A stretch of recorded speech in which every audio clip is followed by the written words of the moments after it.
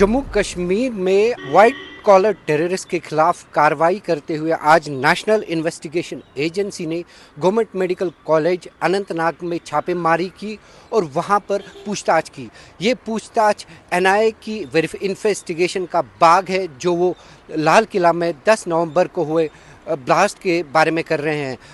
पिछले कई महीनों से जब से ये नवंबर 10 को ये दिल्ली में ब्लास्ट हुआ था लाल किला के पास, जिसमें 15 लोगों की जानें गई थी, तब से एनआईए कंटिन्यूसली एक कैंपेन चलाए हुए हैं ताकि ये जो वाइट कॉलर टेररिस्ट है इनको दर्द दबोचा जाए और इनको जड़ से ख़त्म किया जाए। नवंबर 10 में जब दिल्ली में लाल किला के पास ब्लास्ट हुआ था, उससे पहले ही सुरक्षा बलों ने या सिक्योरिटी एजेंसीज कहेंगे, उन्होंने दिल्ली के से सटे फरीदाबाद में 2900 किलो एक्सप्लोसिव, जिसमें अमोनियम नाइट्रेट या पोटेशियम नाइट्रेट था, वो जब्त किया और इस वाइट कॉलर टेरर मॉड्यूल को बस्ट किया। और तब से लगातार सुरक्षा एजेंसियां इस मामले की तह तक जाने की कोशिश कर रहे हैं और इसमें जम्मू कश्मीर पुलिस भी एक अहम भूमिका निभा रही है। जम्मू कश्मीर एनआईए ने जब फरीदाबाद में रिकवरी हुई तो उसके बाद ही श्रीनगर में वो विस्फोटक लाए गए और वो विस्फोटक नवंबर 15 के आसपास नौगाम पुलिस स्टेशन लाए गए, जहां पर एक एक्सीडेंटल ब्लास्ट हुआ जिसमें कम से कम 9 लोगों की जानें गई और 35 जख्मी हुए। एनआईए लगातार रेड फोर्ट वो मामले में लगातार कार्रवाई कर रहा है और छापेमारी कर रहा है, और ताकि ये सुनिश्चित किया जाए कि ये जो वाइट कॉलर टेररिस्ट हैं इनको जड़ से ख़त्म किया जाए। आज की जो रेड्स हुई है जीएमसी अनंतनाग में, ये इस प्रक्रिया की एक कड़ी है जो एनआईए चाहती है कि यहाँ जम्मू कश्मीर से ये वाइट कॉलर टेररिस्ट की जड़ से ख़त्म किया जाए। हमारे पास जो जानकारी है, आज सुबह 10 बजे के आसपास एनआईए की टीम लोकल स्थानीय पुलिस के साथ और सीआरपीएफ के साथ गवर्नमेंट मेडिकल कॉलेज अनंतनाग पहुंची और उन्होंने इस मामले की तफ्तीश शुरू कर दी। इस दौरान उन्होंने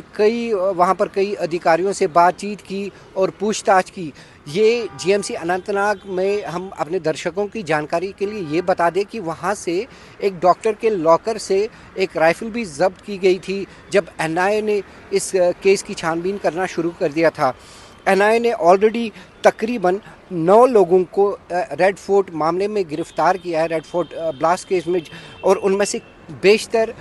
डॉक्टर्स ही हैं। कुछ कश्मीर के डॉक्टर्स भी हैं जिनका नाम डॉक्टर अदील राथर और जासिर बिलाल वानी है। इनको भी लाल किला ब्लास्ट के केस में अरेस्ट किया गया है और इन्हीं के द्वारा कई बार जम्मू कश्मीर के विभिन्न भागों में छापेमारी भी हुई है। और आज जिस जीएमसी में छापेमारी हुई, जहां एनआईए की टीम ने रेड किया, वो वही जीएमसी है जहां पर एक डॉक्टर के लॉकर से एक राइफ़ल बरामद की गई थी।